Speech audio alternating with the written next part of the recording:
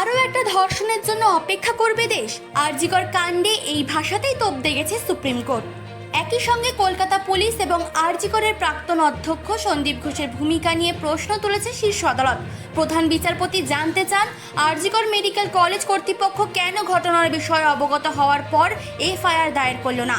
পাশাপাশি মাঝরাতে হাসপাতাল ভাঙচুরের ঘটনায় বিস্ময় প্রকাশ করে রিপোর্ট তলব করছে সর্বোচ্চ আদালত। আরজিকরের ঘটনা রবিবারই গ্রহণ করেছে সুপ্রিম কোর্ট। মঙ্গলবার শীর্ষ আদালতের প্রধান বিচারপতি ডিওয়াই চন্দ্রচূড়, বিচারপতি জেবি পারদিওয়াল এবং বিচারপতি মনোজ মিশ্রের বেঞ্চে মামলাটি ওঠে শুনানির জন্য। শুনানিতে বিচারপতিরা প্রশ্ন তোলেন, ঘটনা যে খুন তা স্পষ্ট ছিল, প্রথম এফআইআরে তাকে উল্লেখ করা ছিল। এরপরেই প্রাক্তন অধ্যক্ষের ভূমিকা নিয়ে প্রশ্ন তোলেন বিচারপতিরা। শীর্ষ আদালত জানতে চায়, কেন এই ঘটনাকে প্রথমে আত্মহত্যা বলা হলো, কেন এফআইআর করতে দেরি করা হলো, কেন হাসপাতালে ডাক্তারদের আলাদা বিশ্রাম কক্ষ থাকবে না, কেন পদত্যাগের কয়েক ঘন্টার মধ্যে নতুন পদে নিয়োগ করা হলো অধ্যক্ষকে, মাঝরাতে হাসপাতালে কারা হামলা চালালো। এই ঘটনায় পুলিশের ভূমিকা নিয়ে বিস্ময় প্রকাশ করে আদালত।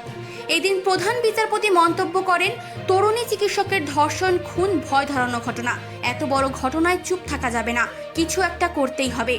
আরও একটা ধর্ষণের জন্য কি অপেক্ষা করবে দেশ? চিফ এডিটর জিতেন সরকারের রিপোর্ট, চেতনা বার্তা, জেগে থাকে, জাগিয়ে রাখে।